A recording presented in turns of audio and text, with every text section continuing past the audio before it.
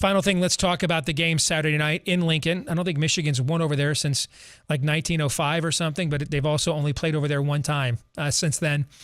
One of the more embarrassing games of the Hoke era, which is saying something because for whatever reason, our backup quarterback, Devin Gardner, got switched to receiver, wasn't ready. We had to play a kid named Russell Bellamy, and it was just, I feel terrible for him.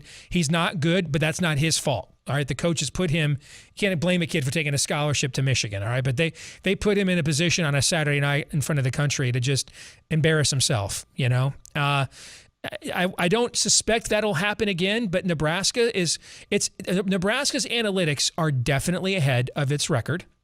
They are right now in terms of Vegas point spread power ratings. They've got them like a top 25 team. That's why you're looking at a spread with the home field advantage of only about a field goal right now. I think the key stat here to look for is I think Michigan will struggle to run again. I think Nebraska's defensive line is good. I don't think the back seven of its defense is that great. And the offensive line at Nebraska is not good and has struggled all year to protect Adrian Martinez, even despite his mobility. So I think, can Michigan continue to get that pressure on the quarterback it has since the beginning of the year? And now you're seeing that expand beyond Aiden Hutchinson now that we're getting into Big Ten play and Big Ten guy. You know, there's film out there of Wisconsin blocking Aiden Hutchinson with like 3 guys. All right. Now you're seeing some other players like David Ojabo, Big Ten Player of the Week, get involved. Can that continue? And then can you do that out of a zone look? Sort of an NFL zone blitz scheme, and we do have an NFL DC, so that you're not in a man coverage where your DB's backs are turned and Martinez gets flushed out of the pocket and runs for 75 yards, right? You see what I'm saying? So I think that's kind of one of the key nuances of this game. What are your thoughts on how this is going to play out? Well, my first thought is thinking back to that, I believe 23-9. I'm pretty good about scores. 23-9, Michigan lost at Nebraska with Bellamy at quarterback. Mm-hmm.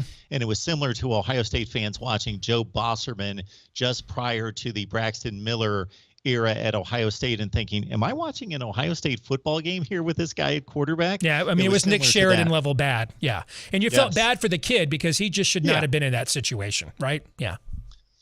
So in terms of what we're going to see on Saturday night, this Nebraska football team, and I hear a lot from Nebraska football fans. We've got a Nebraska channel. We've got a Nebraska show on Tuesday nights. They are giddy. They are giddy about their 56-7 win.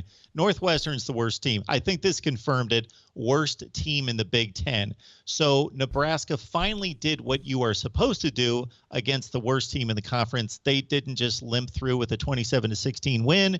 They put the hammer down. They annihilated Northwestern. 657 yards of total offense. The most impressive offensive performance of Nebraska football during the Big Ten era. But when are they going to beat a decent, not phenomenal opponent, decent opponent?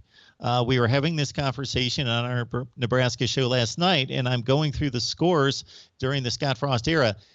Minnesota, the Minnesota PJ Fleck first year at 7-6. That is the best team that Nebraska has beaten. Will Nebraska compete? Will they play down to the wire, a possibly fourth quarter game? Yeah, they keep doing that.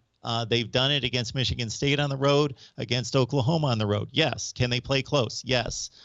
Do they have obvious flaws and also strengths to their team that you pretty much outlined? I'm not impressed with their receivers. I don't think they really scare anyone there.